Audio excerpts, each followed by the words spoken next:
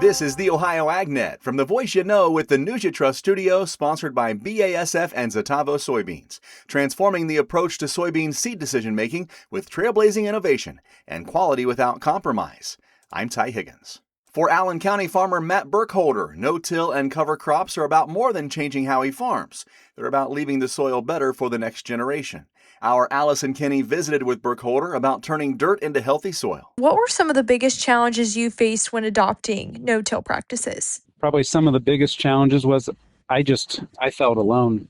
I did not have anyone in my area that, could be my mentor or could walk along beside me and help me through, some of those management practices. And how has no-till changed the health of your soils? That's a good question. We're trying to track that with some different soil health testing and partnering with other local companies. I have noticed on one field in particular, back when I was doing full tillage, there used to be 3 wet spots in that farm, and we would always have to farm around those. After, not exactly sure, maybe 3 or 4 years of cover crops and no-till, I noticed those spots start to shrink. And then now, today, we can plant through those areas and plant the whole farm at the same time. Those areas are still wet, but I can plant the whole farm at the same time. So we're noticing increased water infiltration, better nutrient cycling, better weed suppression because of the cover crops, and, on and on. So. And what economic benefits have you experienced from reducing your tillage? Well, first of all, the fuel bill,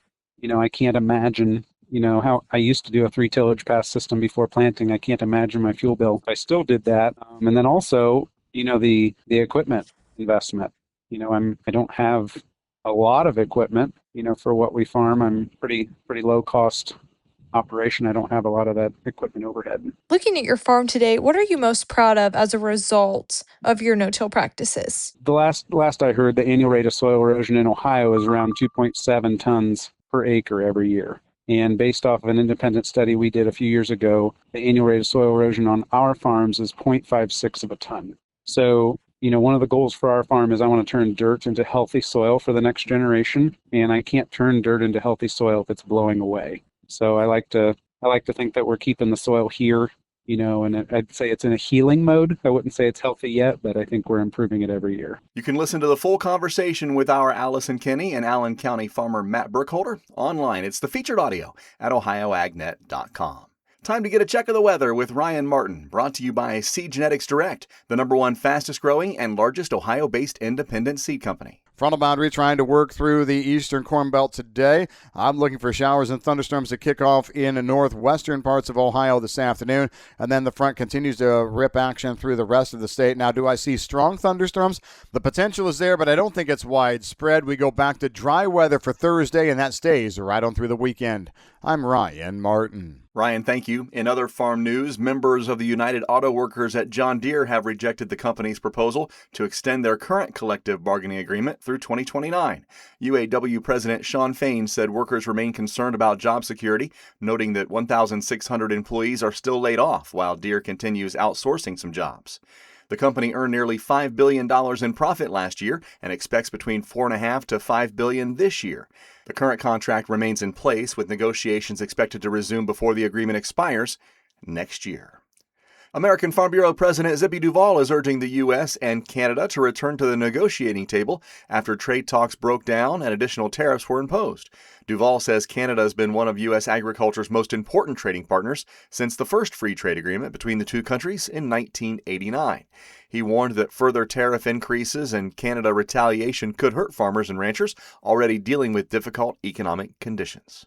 Coming up next on the Ohio AgNet, today's markets and the news behind the numbers. Bomb 31 sold them 30,000. Get ready to bid on the heavy equipment and vehicles you need in a Ritchie Brothers Midwest Regional Auction happening September 24th. Inventory is housed at Minneapolis, Kansas City, Chicago, Columbus, Detroit, and Lincoln locations. Choose from a wide selection of construction and transportation equipment. Don't miss this great opportunity. Visit rbauction.com/Chicago to sign up.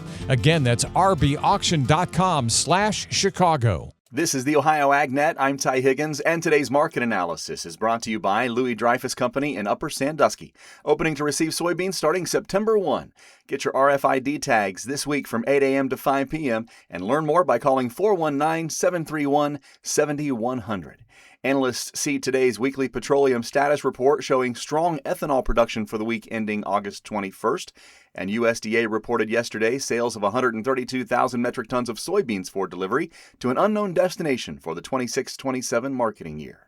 This check of Midday Markets brought to you by FS Envision and High Soy, seed made for this ground. Learn more at fsseed.com/Ohio. September corn 3 cents to the plus side at 503 1/2. December 525 1/4, up by 1 3/4. Soybeans for September 7 cents to the good at 12.35. November new crop 12.44 3/4, up 7 cents as well. And wheat for September up 8 1/2 at 6.94 a bushel. August live cattle up 72 at 218.82. October 211.92, up 97 points. September feeders 320.52, up $1.25. October lean hogs 80.60, up 15. December lean hogs up 45 at 70.80. For the Ohio AgNet, I'm Ty Higgins. We'll see you down the road.